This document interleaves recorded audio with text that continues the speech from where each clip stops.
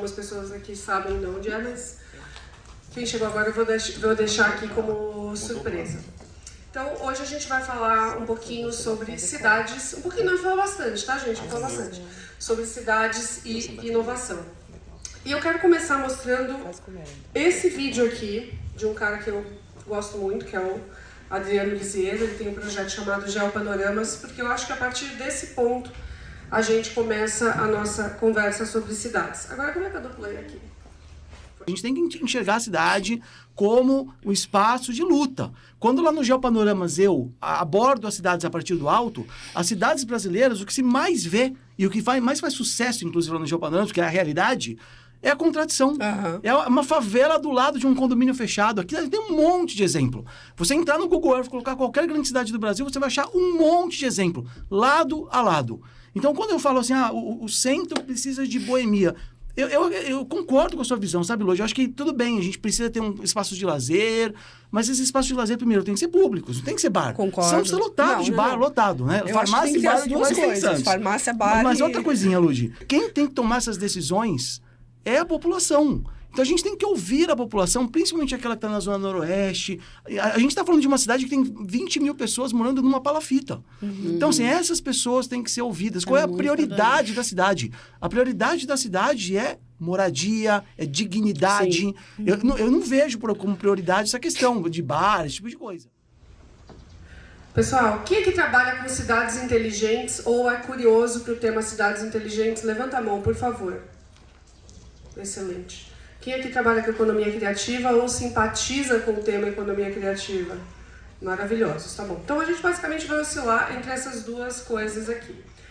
A gente vai falar de contradições nas cidades e no Brasil a gente tem aí, só em termos de dados, mais de 5 mil cidades, sendo que dessas 5 mil cidades a gente está falando que a maioria são cidades pequenas ou micro. A gente tem 277 cidades que são cidades médias e a gente tem 49 megalópolis, né? Então a gente falar de cidade é um cenário de diversidade muito grande no Brasil e eu sei que é um recorte específico que eu estou trazendo aqui, mas ao mesmo tempo a gente está numa cidade que é Santa Rita do Sapucaí, que é uma cidade de 45 mil habitantes, né? Que tem uma história incrível, a gente também vai falar disso hoje. Então a gente tem espectros muito diferentes, além das milhares e milhares de cidades brasileiras que a gente não faz ideia de como são, como se configuram, etc. Quem aqui é de Minas? Ótimo. Quem aqui é do Rio? Excelente. Quem aqui é da Bahia? Ninguém. Tá bom, beleza. São Paulo eu sei, tá? Tem bastante gente. Rio Grande do Sul. Rio Grande do Sul, excelente. Porto Alegre? Pelotas. Porto Alegre hoje para mim é um dos lugares que mais tem me inspirado a fazer uma mudança lá na minha cidade. Se der tempo a gente fala disso, tá? Então, a gente parte do princípio de inovação, né? Mas que a inovação ela mora nessas contradições. Então, eu não quero aqui ficar falando, fazendo o que eu fiz a minha vida, porque eu tô ficando velha, tá, gente? Já vou 140, né? E já tô empreendendo, já passei mais da metade da minha vida empreendendo, então eu só quero contar o que eu tô fazendo hoje, um recorte específico, que eu sou CEO do Juice Hub, que é uma plataforma de desenvolvimento de territórios através da criatividade e da inovação. E eu, mais pro final da palestra, para não parecer uma publicidade de 1 hora, né, eu vou contar o que a gente está fazendo por lá. E eu finalmente revelo de onde eu vim, que é de uma cidade chamada Santos. Provavelmente, muita gente que está aqui já ouviu falar de Charlie Brown Jr., de Chorão, né? Graças ao Chorão, a cidade ganhou uma projeção, né? O Chorão é um ícone da economia criativa, né? A gente começou a bombar, a falar de economia criativa mais ou menos no ano que o Chorão morreu, que foi 2013. Mas para mim o Chorão é um grande exemplo de place branding, de place making, né, que ele fez muito isso pela cidade de Santos, apesar de não ser santista, tá? Pouca gente sabe disso, mas o Chorão nasceu em São Paulo. E a cidade que eu moro, que é Santos, que tem muita gente aqui de Santos também, hoje é uma cidade que o poder público adora falar que a gente está lá nos rankings de cidade inteligente, etc, etc, etc. Só que ao mesmo tempo, a gente é a cidade com a maior favela de palafitas da América Latina. Um monte de gente acha que a maior favela de palafitas fica na região Nordeste, né, que o pessoal do Sudeste adora, né? A gente que é do Sudeste, a gente é incrível, né? Tudo que tá de esquisito, desigual no Brasil, fica no Nordeste, né? Mas não, a maior favela de palafitas da América Latina fica a 80 quilômetros da Faria Lima. É uma distância ridícula do centro financeiro do Brasil. A gente também tem em Santos a atividade portuária como principal árvore econômica. E no fim das contas, se a gente for pensar, hoje o Porto de Santos é um porto que está de costas para a cidade. Né? Então, foi o Jota, né, que falou, putz, vocês estão numa cidade rica, né? A gente está numa cidade incrível, rica, que realmente é uma cidade de destaque, mas a principal atividade portuária, ela está muito pouco interessada nas questões reais da cidade, né? Isso dá uma palestra só esse tema, né? Então a gente não vai entrar muito nisso. E vai para o YouTube depois, né? Eu sei que tem muita gente que não vai gostar de ouvir o que eu estou falando, mas a realidade é o que o pessoal da economia criativa vive. E por muitos anos, Santos foi o que a gente chama de cidade dormitório para outras economias, porque a gente está muito perto de São Paulo, o que um monte de gente fala, nossa, que incrível, que delícia a gente estar perto de São Paulo. Isso é muito bom de fato, mas isso tem um lado muito ruim. Até antes da pandemia, para vocês terem uma ideia, Santos tem hoje 418 mil habitantes, de acordo com o último censo, e dessas pessoas, 20 mil pessoas entravam todos os dias no ônibus fretado, subiam a serra, iam trabalhar em São Paulo, no final do dia voltavam para Santos, que dá mais ou menos um trânsito de entre 3 horas e meia e 4 horas todos os dias. Então olha só o quanto de criatividade e de vida é desperdiçada num trânsito e num tempo de commute, né, num tempo de mobilidade, né? As pessoas desperdiçam tempo com os filhos, criatividade, tempo para pensar e uma série de coisas. Esse é um dado antes da pandemia e a gente só está considerando ônibus fretados, a gente não está considerando pessoas que vão usando o sistema de ponte rodoviária e nem de carro, e nem de helicóptero. E o que acontece para a gente ter toda essa configuração que eu acabei de falar? Santos é uma cidade que sofre até hoje, sofreu muito. Temos uma esperança aí no pós-pandemia, mas com a fuga crônica de cérebros. E a fuga crônica de cérebros é uma coisa que tem muita relação com Santa Rita do Sapucaí. Tá? Eu só queria reforçar isso agora, mas a gente vai falar disso um pouco mais pra frente. Isso acaba matando a criatividade da cidade, apesar de existir muita iniciativa do poder público, né, como em 2014, a conquista do selo de Santos ser uma cidade criativa pelo cinema, né, foi um movimento, né, importante, a prefeitura pagou por isso, é importante para a cidade, mas não resolve os problemas que a gente tem. E aí eu sempre falo isso, né, que Santos está ali o tempo inteiro tentando se posicionar, a gente é uma cidade inteligente, a gente é incrível, olha como a gente tem aqui um centro de operações, um CCO, mas a nossa grande batalha, digamos assim, é que não adianta a gente ter o posto de cidade inteligente enquanto a gente afasta, né, as pessoas inteligentes da cidade, né? O que eu falo que não adianta ser Smart City se a gente está aí fazendo um movimento o tempo inteiro que afasta a Smart People. E aí as pessoas me perguntam, mas peraí, Lud, você adora Santos? Ou você odeia Santos, né? Decide aí, você é fã ou hater, né? Eu sou muito fã, tá, gente?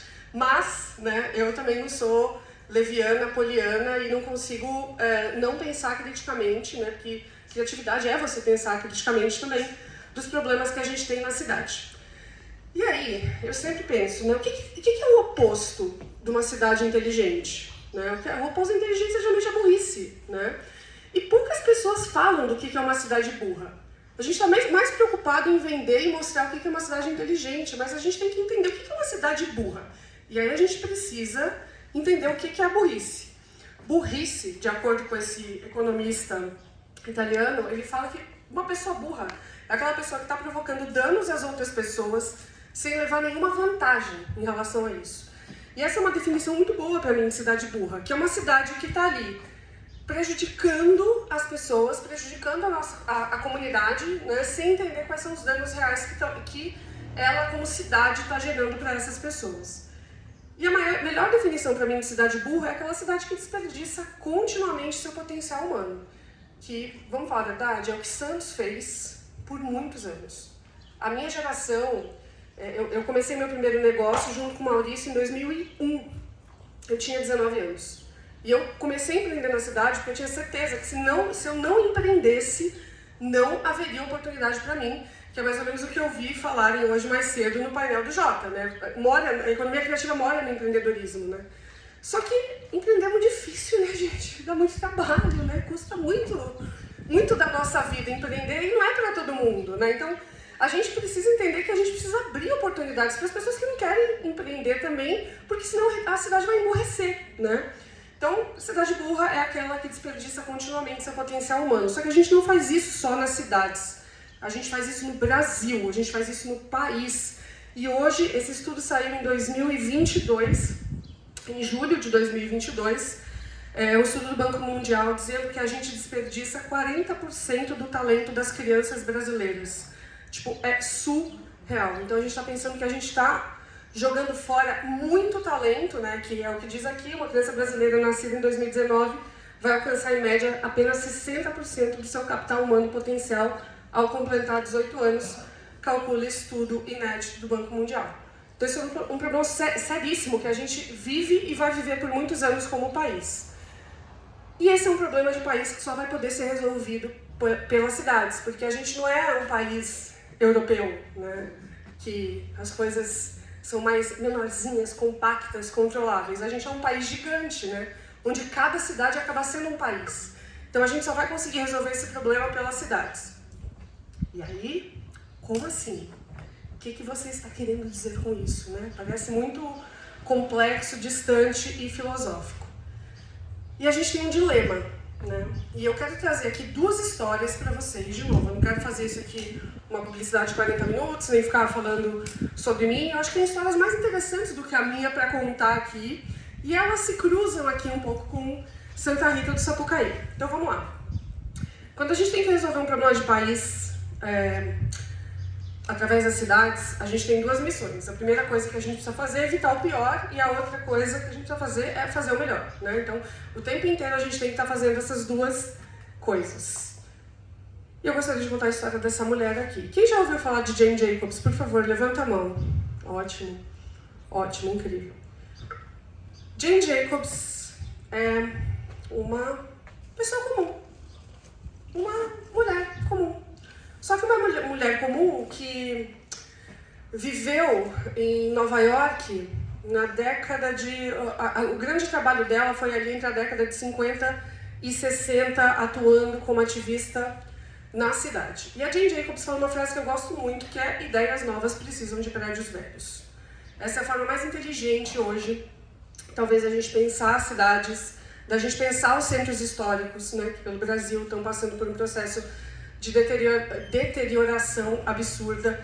E é uma coisa que a gente vê acontecendo de uma maneira brilhante aqui em Santa Rita do Sapucaí, né? Então ela fala isso, Porto Alegre está passando por esse processo também. Então, que as ideias novas precisam de prédios velhos. E qual é a história da Jane Jacobs, né? Ela defendia coisas que, de novo, tem muito a ver com Santa Rita do Sapucaí e tem muito a ver com a visão de mundo que eu penso aqui para Santos, que é vida em comunidade, a rua como uma instituição social e não uma rua pensada como um elemento de mobilidade. Entender muito a essência da cidade antes de modificar essa cidade. E uma coisa que eu acho maravilhosa que a Jane Jacobs fala, que a gente está vivendo isso aqui no Hacktown, que é a cidade caminhável. É a gente andar de um ponto para o outro, conectar esses pontos, vivendo a rua, andando a pé, sentindo a cidade, olhando no olho das pessoas, né? E ela falava muito isso como um elemento de solução de segurança. Porque se você tem uma rua que ela só funciona de dia, das 8 às 18, e à noite ela é uma rua deserta, você vai ter um problema de vulnerabilidade social e de falta de segurança absurdo. Que é mais ou menos como as cidades americanas foram constituídas, né? Montam um espação, um centrão comercial, afasta as moradias, cria casas gigantescas no subúrbio e cria esse afastamento sem você ter o uso misto. E por fim, né, misturar a coisa dos prédios novos e prédios velhos, que assim, pra mim, uma das coisas mais impactantes recentemente, quando eu pude ir para Londres, foi ver isso muito bem pensado e muito bem planejado na cidade. Então não é aquela conservação de patrimônio histórico que vira quase um pastiche de coisas fingindo que são velhas, e nem aquela coisa da coisa nova a qualquer custo, né? Então eu vi muito das ideias da Jane Jacobs ali na cidade. E se a gente vê, né, aqui eu vou listar uma série de coisas que são coisas que, se elas estão acontecendo no mundo hoje, e se a gente está tendo a oportunidade de discutir essas coisas, é porque tem Jane Jacobs ali no meio, que é a valorização da economia local, o desenvolvimento urbano orientado à comunidade, respeitar o informal. Hacktown é isso, né, gente? Vizinhança e ambientes de trabalho vibrantes, né, que é o que a gente está vendo acontecer aí nos hubs de inovação ao redor do mundo. jornalismo cívico e hiperlocal, a gente também vai falar disso já já, e redes de informação e open source. Tudo isso que está aqui, que acontece hoje no mundo, independente de acreditar ou não Jane Jacobs, isso tem total relação com as ideias de Jane Jacobs, e ela foi uma das primeiras pessoas a falar sobre isso e escrever sobre isso.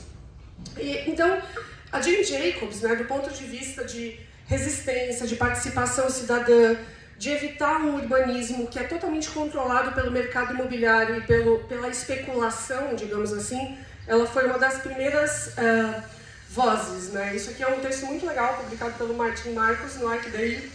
Depois, se vocês quiserem dar uma olhada, é muito bom. E eu acho que uma coisa muito curiosa é que, assim, todas as ideias de Jane Jacobs já dialogavam com a palavrinha ESG, se a gente for pensar. Porque ela pensava muito do ponto de vista ambiental, quando ela falava que as cidades precisavam ser pensadas para as pessoas. Essa é a real inteligência da cidade. Ela falava muito do S, que é a coisa da colaboração, da vizinhança, da comunidade, né? E o G, quando a gente pensa em governança, a Jane Jacobs ela defendia uma atuação participativa da população para decidir o que deveria ser feito para a cidade do ponto de vista de políticas. E eu vou dar um exemplo nesse sentido. Alguém já teve a oportunidade de visitar esse lugar? É Washington Square Park, é como se fosse um arquinho do triunfo, né? E esse lugar é onde começa a Quinta Avenida em Nova York. Todo mundo já ouviu falar da Quinta Avenida em Nova York, onde tem aquelas lojas, aluguel super caro, né? Um monte de loja lá, que a gente vai lá fazer compras e tal. E a Quinta Avenida começa aqui. Isso aqui, gente, é um dos lugares assim, que eu mais sou apaixonada na vida, porque vira uma grande praça. Então, em determinadas fases, especialmente no começo da primavera, você pega um cara que bota um piano aqui na praça, ele começa a tocar, e do lado tem o artista. Putz, é um ambiente muito gostoso da gente estar lá, né? E acho que a última vez que eu visitei esse lugar deve ter sido em 2019. Só que ele só existe assim até hoje por causa da Jane Jacobs, que é um lugar muito forte do ponto de vista de convívio comunitário nesse bairro específico, que é o Village, né? O Greenwich Village.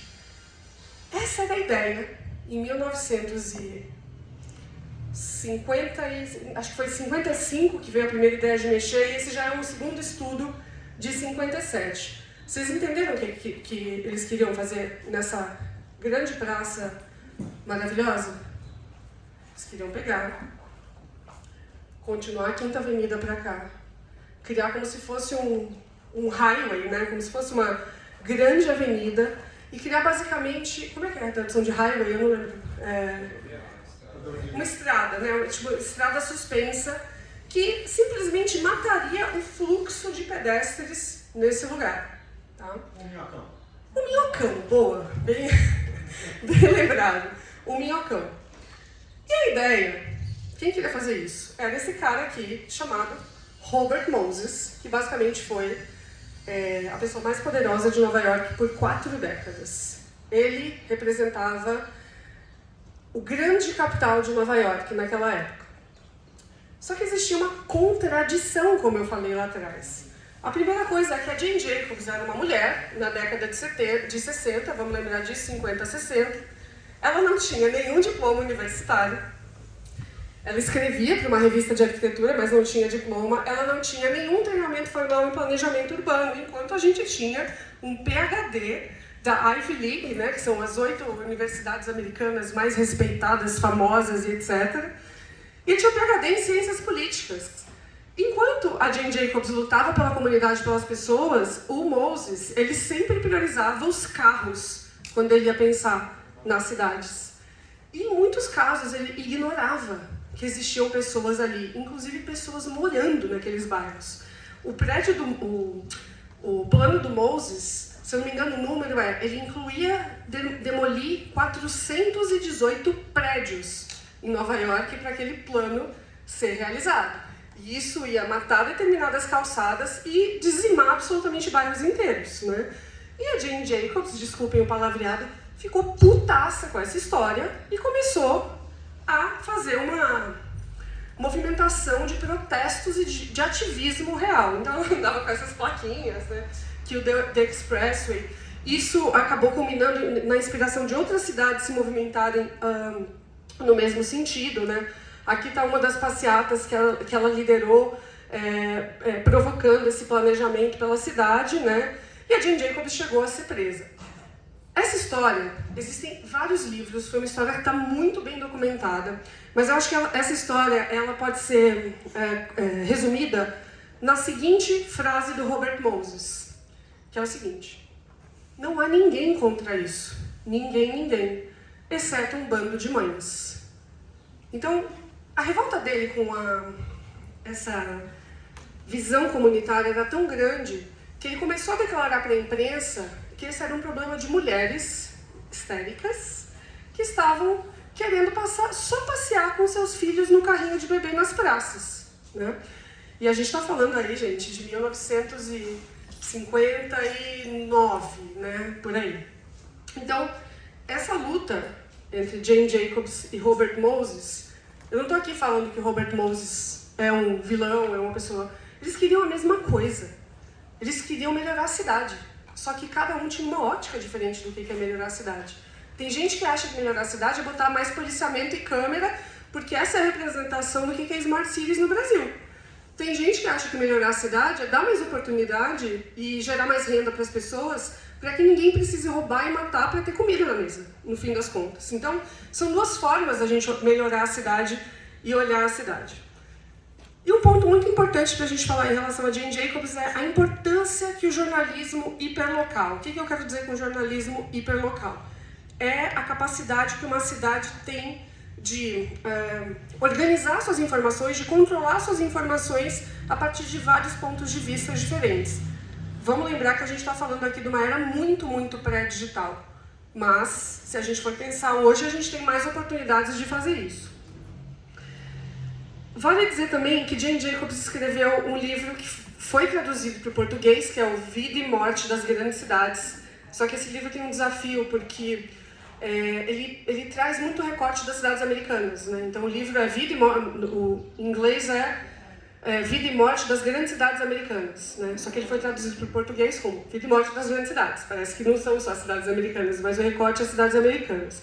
E existe um outro livro da Jane Jacobs, melhor do que o primeiro, que fala da economia das cidades, que aí ela traz um espectro mais amplo sobre essa visão de quanto a cidade é importante para o motor da economia, né? Então ela fala muito de densidade e interação, ela fala que quando você tem uma indústria localizada em áreas que tem uma diversidade econômica, essas indústrias crescem mais rápido, e ela reforça o tempo inteiro o valor da diversidade, né, para reduzir o risco gerado pelas flutuações econômicas. Esse livro é a verdadeira obra-prima de Jane Jacobs e não foi traduzido, igual a blogueirinha fala, gente, esse não tem no Brasil, meninas. Então, esse vai ter que buscar uma tradução, mas tem muito vídeo, muito artigo explicando esse conceito. E eu quero trazer aqui um vídeo bem rapidinho do Richard Florida. O Richard Florida, ele foi um pupilo da Jane Jacobs. E é um cara que, quem gosta de economia criativa, Jota, não sei se você acompanha ele, mas assim... Ele tem um viés controverso e polêmico, mas o Richard Florida é um grande educador para o pessoal do mercado imobiliário para explicar o quanto é importante e quanto o mercado imobiliário vai se desenvolver nas cidades se a gente tiver cidades altamente atrativas e altamente criativas. Então eu cortei um trechinho aqui desse vídeo, é uma palestra longa dele, mas que eu acho importante compartilhar com vocês. Jane Jacobs didn't have a college degree, didn't have a PhD, wasn't a professor.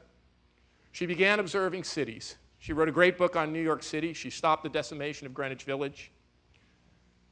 And I became friends with her in her 80s. And when she was approaching her mid-80s, somebody asked her what her greatest contribution would be. And she said, I think I figured out where economic growth comes from. She said, most economists think economic growth comes from factories, comes from companies. Now, companies are very important. But she said, most economists believe that companies drive economic growth by making things more efficiently. She said, but if you look at where new things come from, companies may have one innovation, they may have two innovations. Some of the best companies may have 5 or 10. But when you look back through human history, where do innovations in arts and culture and technology come from? They come from clusters of people. Robert Lucas, when he won the Nobel Prize, said this was the single most important advance in the history of modern economic thought, the idea that cities and the clustering of talented and creative people. clustering of talented and creative people is the basic mechanic, underlying driver of economic growth. And that's what we're seeing. We don't know what it happens. We don't know how people find places. We don't know why people cluster together, but they do. We cluster together in certain places because it increases our productivity. É muito legal esse conceito, né? Da gente pensar que a gente o tempo inteiro está justificando que as inovações vêm das empresas, mas quando a gente olha bem, no fim das contas, essas inovações vêm dos agrupamentos de pessoas que acontecem nas cidades, independente das empresas estarem ali ou não. Geralmente elas estão, tá, gente? Eu não estou sendo romântica aqui. Mas esse agrupamento, esse cruzamento entre empresas e parcerias, essa clusterização, no fundo, é o que é mais importante para as cidades.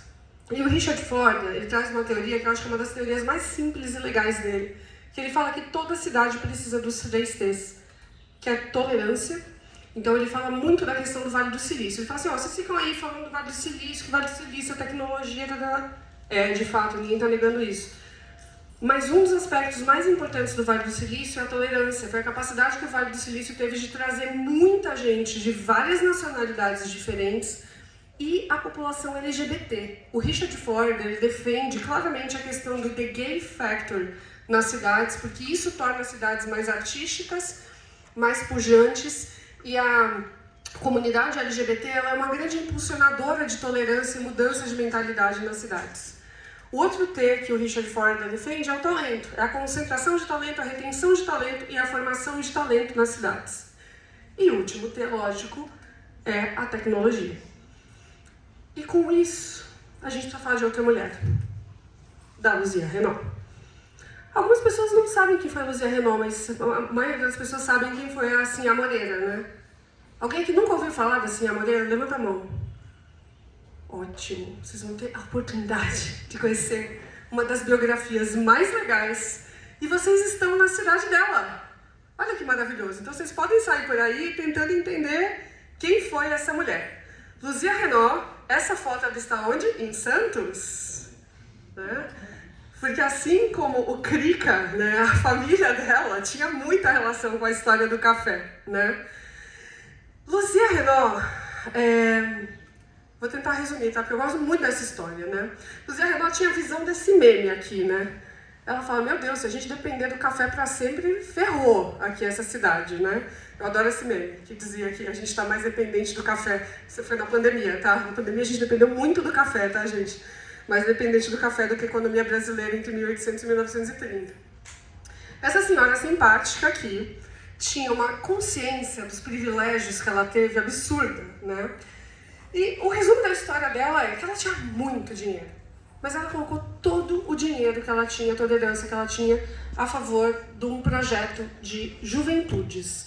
Que hoje, se você vai lá mergulhar, entender a agenda da ONU e etc., é tudo sobre juventudes, tá? A Luzia, ela entendeu que quando você era um jovem em Santa Rita do Sapucaí, na década de 40 e 50, ou você tinha que ter muito dinheiro para sair da cidade e estudar fora da cidade, ou você ia terminar na lavoura e, digamos assim, continuar, é o que a gente chama hoje de ciclo de pobreza geracional, né? Assim, a gente está trabalhando para um Brasil que seja capaz de quebrar os ciclos de pobreza geracionais. E a Luzia teve essa visão, eu não sei se ela teve essa fala, mas ela teve essa visão, que se os jovens fossem muito jovens para a lavoura e não tivessem outras perspectivas, a cidade, a longo prazo, poderia estar arruinada. E ela tinha essa visão, né, de que todo mundo ia embora, né? Mais ou menos igual o Santos faz, tá, gente? Mais ou menos igual o Santos faz. E a Luzia Renault, ela viveu um casamento infeliz, digamos assim. Ela casou com um diplomata e ela teve a oportunidade de viajar o mundo, numa época que ninguém fazia isso, que era entre a década de 30 e 40.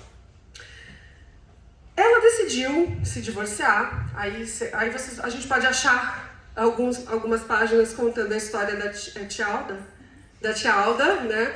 A tia Alda era a melhor amiga da Luzia Renault, e tem a tia Alda morreu em 2019, foi isso? Soube disso hoje, tá, gente? Eu não sabia disso, não, soube disso hoje.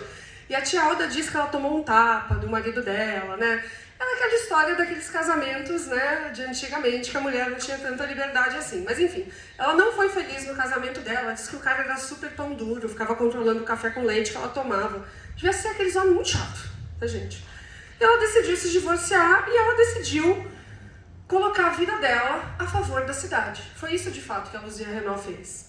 E a Santa Rita do Sapucaí era uma cidade que tinha uma dependência... Ainda tem, né, gente? Tem uma relação muito direta com o café, né? Mas era uma dependência de monoeconomia, digamos assim, exportando um commodity, que é o café, e ela teve contato com um amigo dela que assistiu uma palestra do Albert Einstein de verdade, o próprio Albert Einstein.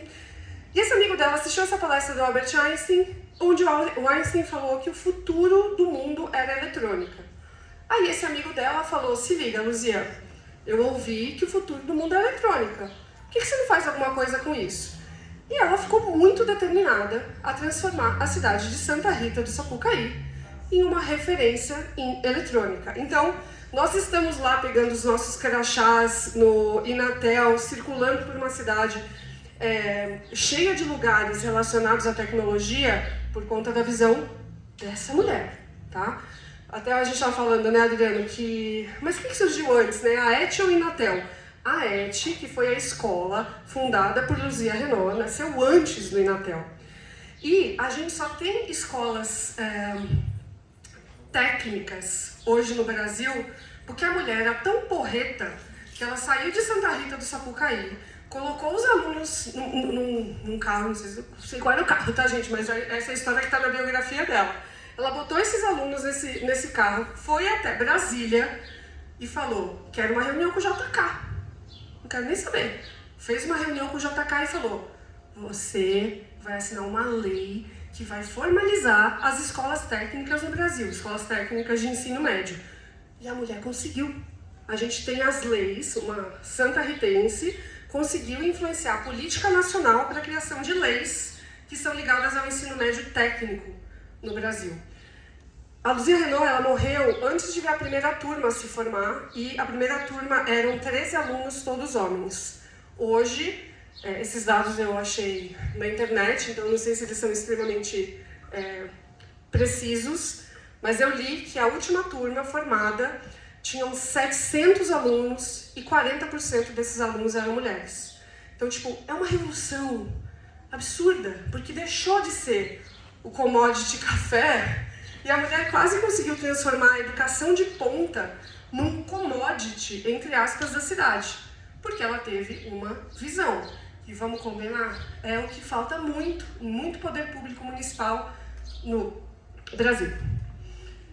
E acho que é muito legal a gente associar isso, porque não sei se vocês notaram, mas a temporalidade do trabalho dessas duas mulheres, uma em Nova York, no Greenwich Village, e outra aqui, em Santa Rita do Sapucaí, ou seja, lugares bem distantes, né, do ponto de vista geográfico e culturais, essa revolução estava acontecendo ao mesmo tempo.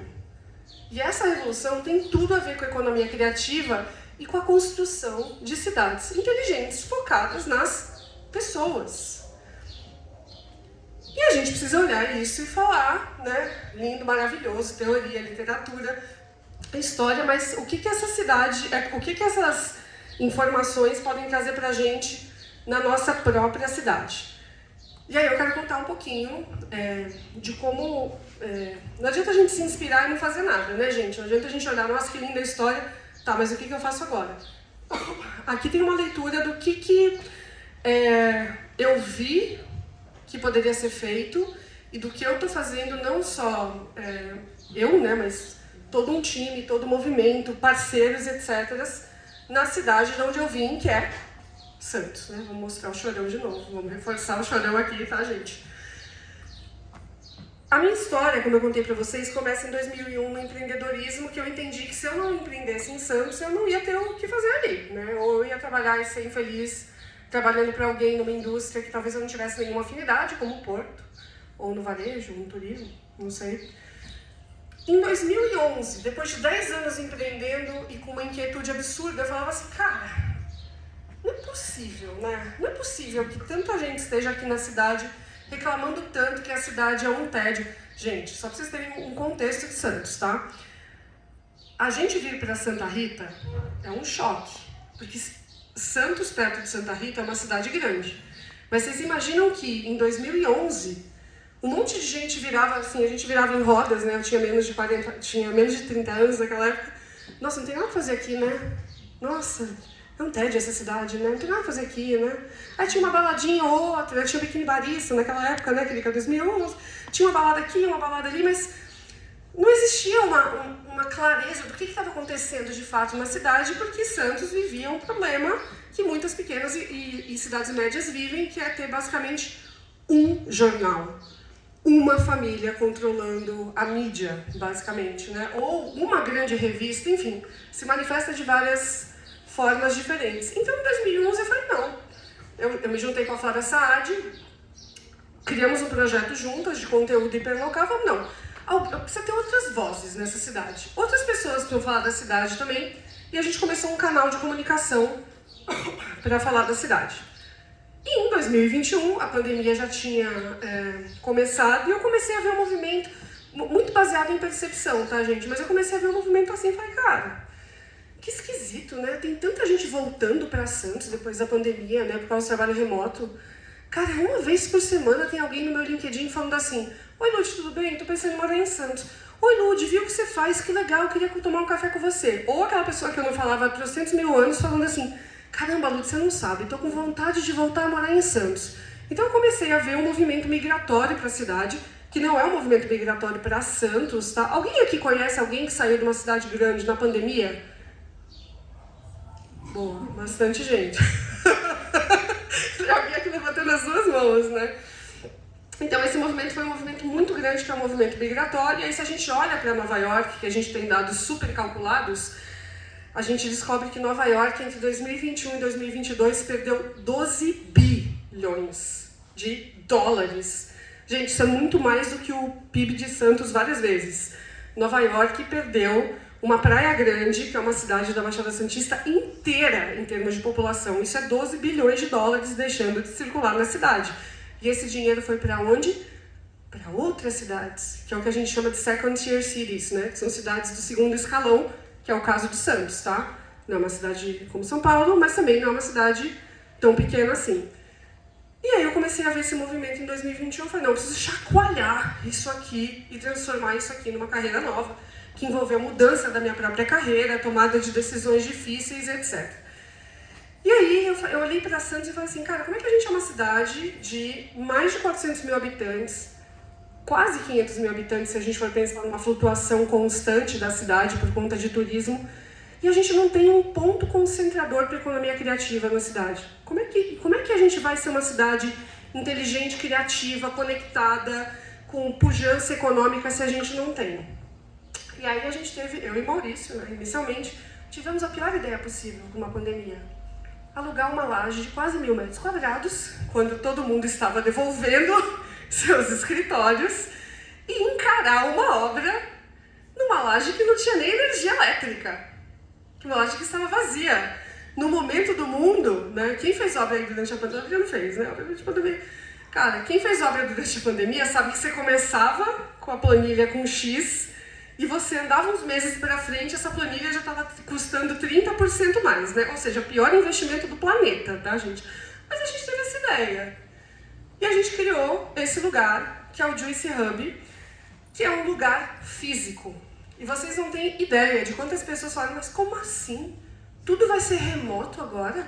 E vocês estão criando um lugar físico na pandemia? Que ideia ruim! Que investimento péssimo! Vocês são burros, né? Só faltava isso, as pessoas se perguntam, vocês são burros. Mas no fim das contas a gente entendeu que isso aqui não era um espaço físico, né? Isso aqui era talvez uma ponta que faltava numa cidade que precisava ter uma clareza ainda maior de quem são suas pessoas, de quem são os seus migrantes, de quem são as pessoas que estão ali e quem são as pessoas que no fim das contas querem e vão construir essa próxima etapa da cidade que talvez daqui a 50 anos, como aconteceu aqui em Santa Rita, não possa estar tão dependente do porto. Não possa estar tão dependente de indústrias que já são as indústrias clássicas da cidade. Porque talvez essa fase vá continuar por muito tempo mas do ponto de vista de desenho de futuro, ela não seja mais tão interessante assim. Então hoje a gente se posiciona como uma plataforma de desenvolvimento de territórios, a gente quer de fato ir para outras cidades, só que o nosso grande case de sucesso agora precisa ser Santos. E eu tô falando isso para vocês, não para vocês acharem, nossa, caraca, né, ela tá com a vida resolvida aqui, tá tudo... Não, isso aqui é uma startup, se a gente for pensar. Isso aqui é uma empresa que está nos primeiros 2 anos de vida, né, crescendo. Eu brinco que é subindo a ladeira, né, é a caminho do seu break-even, a caminho do seu ponto de equilíbrio. Ainda está longe de recuperar o investimento que a gente fez aqui. Mas a gente acredita muito nessa visão que esse é um modelo que pode ser replicado, né, para outros territórios através de uma metodologia muito simples que eu vou explicar. Deixa eu ver, meu Deus, tem 20 minutos. Que eu vou explicar aqui para vocês. O que a gente faz basicamente? A gente organiza as informações da cidade. Então a gente tem várias plataformas de conteúdo digital, onde a gente está ali o tempo inteiro, como se fosse um grande radar, e fazendo um trabalho chato, que ninguém quer fazer, que é organizar as informações da cidade. Hoje a gente tem um Instagram com 76,6 mil pessoas, inclusive hoje já deu uma aumentadinha, que a gente monitora isso sempre, né? A gente tem uma newsletter que 6 mil pessoas assinam, então a gente tem uma necessidade ainda de crescimento grande desse canal. A gente tem um site com 200 mil acessos por mês, lembrando que Santos tem 418 mil habitantes, tá, gente? Vamos lembrar disso. Então, a gente tem hoje uma plataforma de comunicação focada na cidade. Se a gente for somar todos os Instagrams que a gente tem, a gente está aí batendo quase 90 mil pessoas, né? Como segunda fase desse projeto, 7 anos depois da gente começar o Juice Santos, a gente criou um produto físico. Porque a gente começou a entender outra coisa. O Juice fez parte de um movimento de resgate da autoestima e da identidade da cidade. E as pessoas de Santos são muito orgulhosas de serem de Santos. Isso é desde sempre? Não. Esse é um movimento que começou há 20 anos, assim, e sendo muito exagerado. Então a gente começou a criar camisetas da cidade. E a gente tropeçou num pocinho de petróleo ali, porque a gente vendeu, só com o nosso tráfego orgânico, mais de 20 mil camisetas, que na verdade são peças publicitárias ambulantes da cidade. Como é que a gente pensa numa cidade que é turística, né? Porque tem praia, que não tem um souvenir oficial da cidade? Essa estratégia Nova York criou em 1970. E Santos não tinha isso até vir alguém lá da iniciativa privada como a gente e tentar transformar esse amor das pessoas pela cidade em um produto, né? Ganhar um dinheirinho com isso, mas gerar um impacto muito maior que isso. Porque pra gente a autoestima é um pilar essencial da criatividade, da inovação e do empreendedorismo também. Eu sempre falo, você não vende se você não tiver autoestima. Você não inova se você não... Que é isso? Tem uma... natureza, né? É maravilhoso. Se estivesse no mar, tava brigando com peixe, né? Aqui tá... Então você não inova, você não vende se você não tiver autoestima. Então, se a gente não tem autoestima, a autoestima é um ingrediente essencial para a gente ter criatividade e inovação nas cidades. Então, aquela cidade que as pessoas não gostam de morar ali, vai ser muito difícil aquela cidade ser criativa, inovadora e etc, etc. O outro ponto que essa era uma grande carência da cidade, que é construir ambientes ideais para inovação, caso eles não existam ainda, que era o caso de Santos. Só que aqui em Santa Rita, pelo que a gente entende, já existem alguns ambientes, assim, mais ou menos. Eu amei, quero saber mais sobre isso. Vamos trazer o Juice pra cá. O que eu ia falar, eu esperava.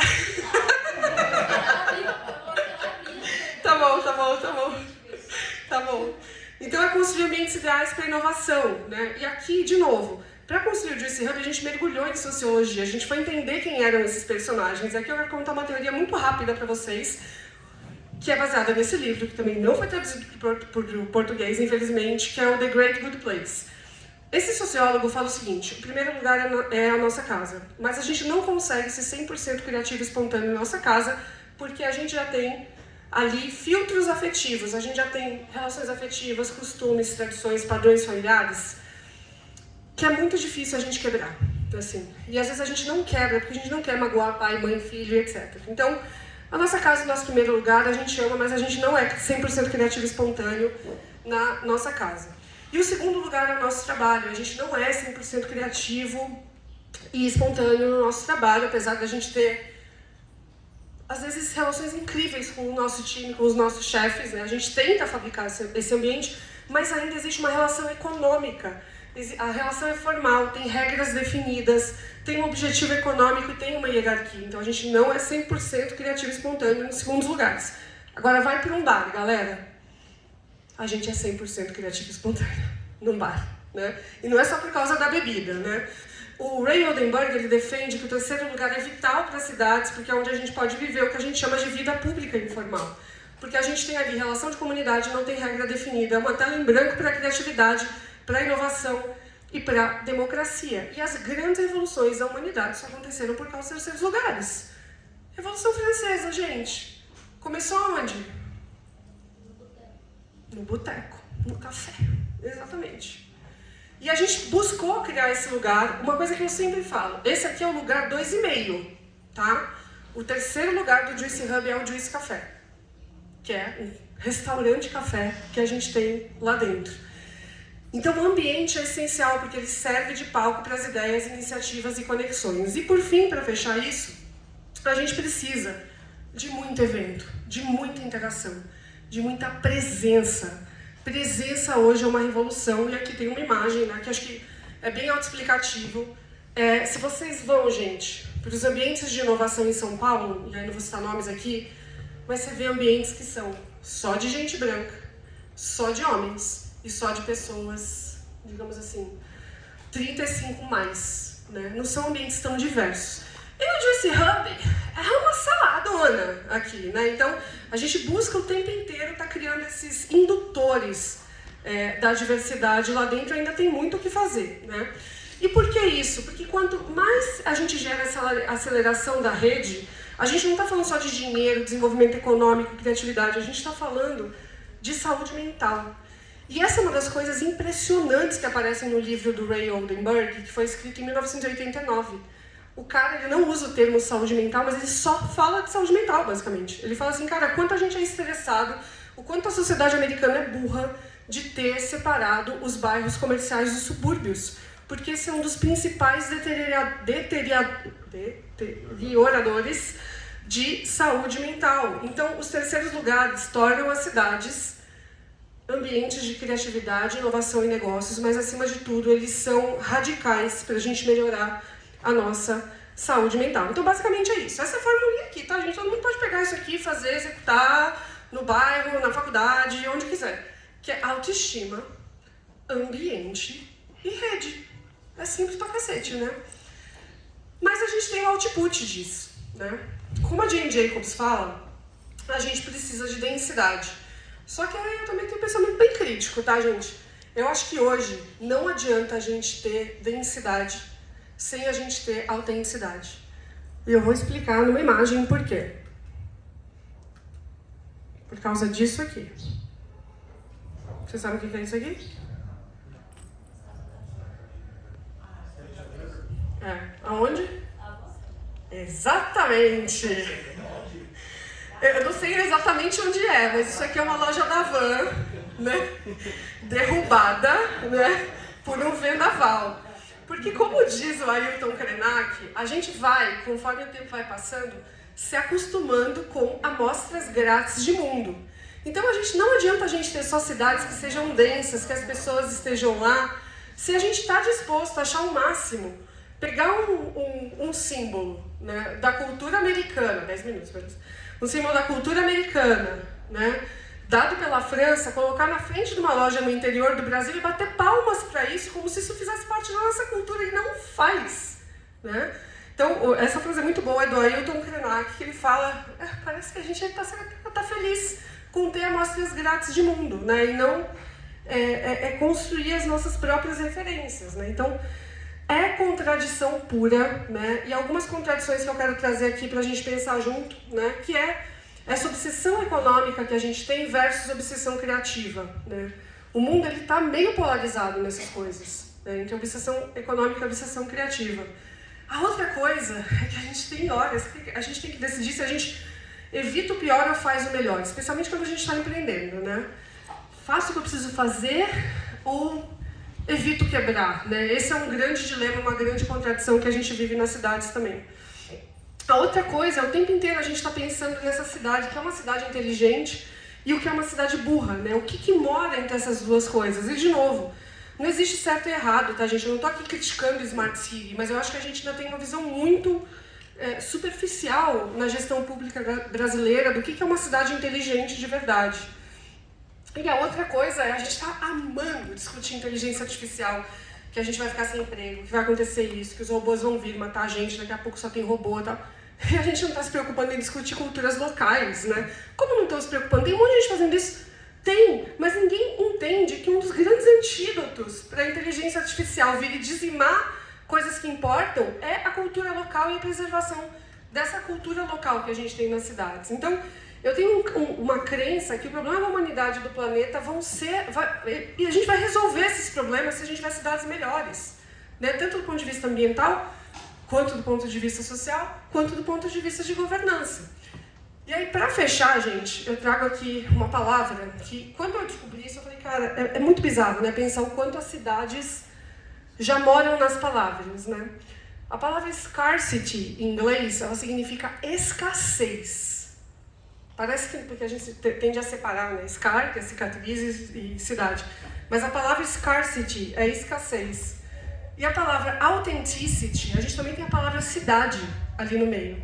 Então eu acho que o grande duelo hoje que a gente tem é entre essas duas palavras, né? Como a gente sai do lugar de uma cidade escassa, com violência urbana, com um monte de caos. Mas a gente pensa em São Paulo e Rio de Janeiro, puta que pariu, né, gente? Me desculpa o palavreado, mas assim, né? São cidades hoje que a gente olha e fala, cara, é inviável controlar isso aqui.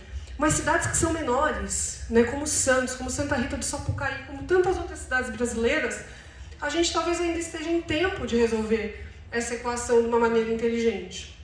E aí eu queria convidar todo mundo, né? A gente está hoje fazendo pré-lançamento aqui de um projeto que chama Autenticidades, porque a gente acredita realmente nisso como visão de mundo. Eu vou botar um corte aqui bem rapidinho, porque eu sei que já vou estourar meu tempo, aqui tem 8 minutos, né? Então, de alguns conteúdos que a gente tem gravado, justamente para decidir cidade, porque a gente começou a entender que a maioria dos podcasts sobre cidade falam muito de arquitetura, urbanismo, né? Técnico, mas não envolvem, não falam, dialogam com as pessoas que estão construindo a cidade, sofrendo os problemas da cidade. De fato, que no fim das contas é todo mundo, tá, gente? Então, eu vou mostrar um pouquinho desse projeto novo que a gente está dando o start nele hoje, a partir do Hacktown, e a gente escolheu Santa Rita do Sapucaí para falar pela primeira vez desse projeto. E aqui a gente não quer falar de cidades de uma maneira muito óbvia, né? Eu acho que quando a gente discute cidade, a gente não tem que partir do fenômeno do mercado, porque a cidade é muito mais do que isso, muito mais. A gente pode ter uma visão limitada e quando a gente ouve, né, então esse lugar da escuta, esse lugar do receber, ele é muito enriquecedor e ele inova. Muito difícil de se viver, porque você vai conviver com o impacto de carretas, né, vibração. Zona de conforto. Gente, como é que uma pessoa pode imaginar que é confortável estar na rua? Que tipo de cidade eu forjo? Né? Se você pensar uma cidade educadora, ela é uma cidade que tem comunidades fortes. A minha preocupação agora é a cidade onde vai nascer.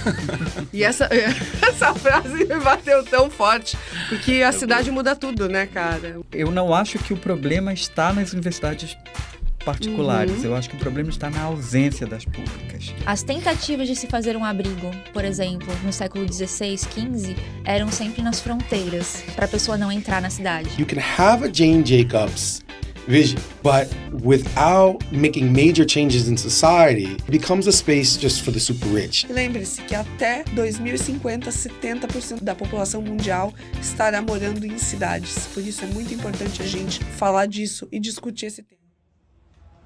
Então, gente, eu não vou dar o link do YouTube ainda. Eu vou pedir para vocês seguirem no Instagram, por favor, para aumentar nossa base de seguidores lá.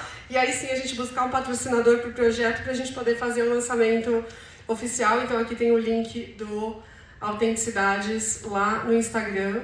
Tem gente tirando foto aí, depois eu passo para todo mundo.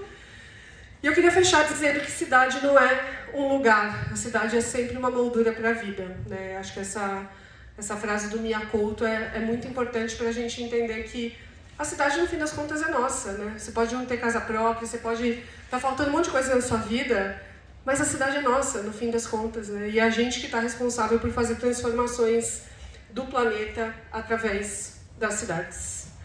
É isso, gente. Muito obrigada por essa escuta. Obrigada por vocês estarem aqui.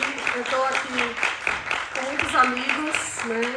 Quero agradecer, gente. Tem um casal, não, 2 casais aqui de Santa Rita que estão recebendo a gente aqui na casa deles, numa acolhida. O Brasil é muito incrível, gente. E olha, eu cresci na Bahia, mas mineiro e baiano, gente, meu Deus, né? É muito difícil essa competição, porque eles recebem a gente muito bem, a gente tem muito a aprender com eles. Obrigada por todo mundo que veio aqui, aos amigos, ao Crica, que é um grande apoiador, Fábio, né? Das pessoas que fizeram muita diferença aí na nossa história. E ao meu time que está aqui, Bona, Natália, Maurício, meu sócio. Muito obrigada pela escuta.